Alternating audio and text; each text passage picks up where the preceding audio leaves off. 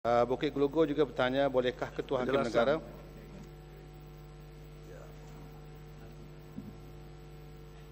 peruntukan artikel 125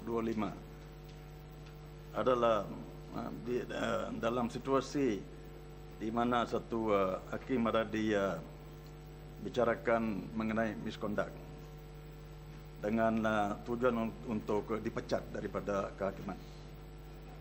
Tetapi dalam jabatan kuasa etika hakim ini, dalam rang undang-undang ini adalah bagi apa yang tidak amounts to misconduct. Nah, jika seorang hakim, ketua hakim, dia jadi satu bukan complainant, tapi jadi satu person against whom a complaint is made.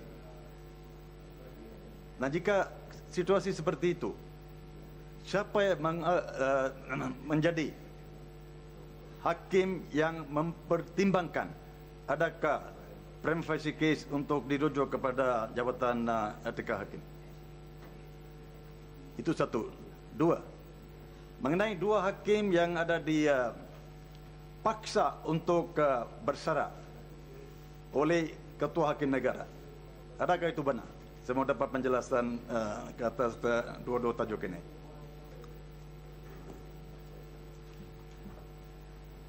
Tuan Yang Ketua, saya telah pun meneliti perkara ini dengan Peguam Negara dan juga dengan Ketua Hakim, dan pendapat kita ialah seperti yang telah saya jawab sebentar tadi, itu kalau ada orang yang menuduh Ketua Hakim bukan sahaja dari segi misconduct atau apa-apa kesalahan sekalipun, maka apa yang kita guna ialah di bawah perkara 125/3 Perlembagaan Persekutuan.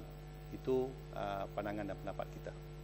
Jadi yang Muhammad tanya itu, kita masih berpendapat bahawa kita boleh guna 125. Sebab kalau di bawah kod etika jawatan kuasa ini, di dalam perlembagaan jelas mengatakan itu bahawa dalam soal kalau kita nak menyiasat ketua hakim, kekekanan itu adalah penting. Dan ini tidak akan dapat tercapai kalau jawatan kuasa ini mendengar.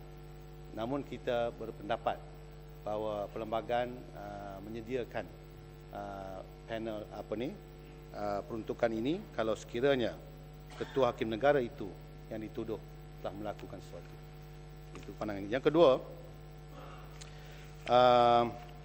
untuk makluman ahli yang berhormat, perkara 125/2 Perlembagaan Persekutuan memperuntukkan bahawa seseorang hakim mahkamah atasan boleh pada bila-bila masa meletakkan jawatannya sebagai hakim dengan mengemukakannya kepada Yang di-Pertuan Agong.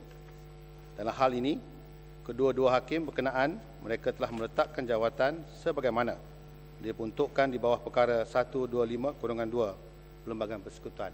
Jadi kalau dia letak jawatan, tak bangkitlah soal sama ada kita perlu bentuk panel di bawah perlembagaan untuk menyiasat mereka.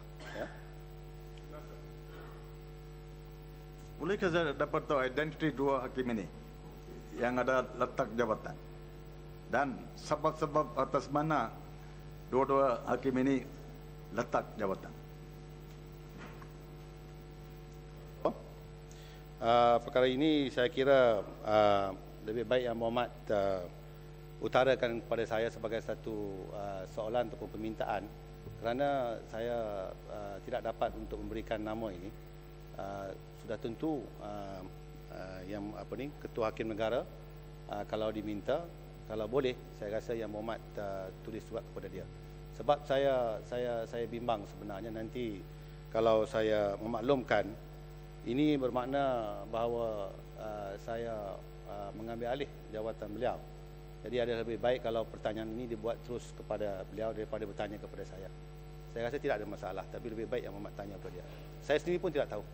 Saya cuma dapat jawapan, iaitu ketua dua hakim telah meletak jawatan. Ini jawapan yang diberikan kepada saya.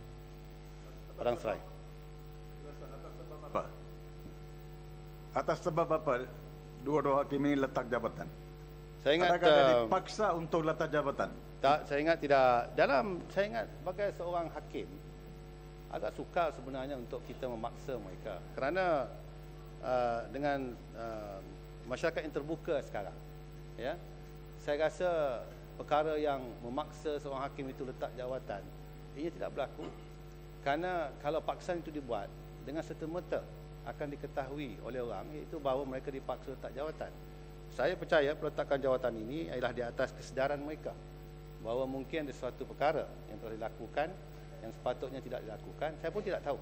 Mungkin daripada segi kata prestasi, ini pun juga boleh merupakan satu alasan untuk letak jawatan. Jadi, tapi apa yang saya boleh jamin di sini, mereka tidak dipaksa untuk meletak jawatan mereka. Ya, itu yang saya tahu. Fadhil Ustaz.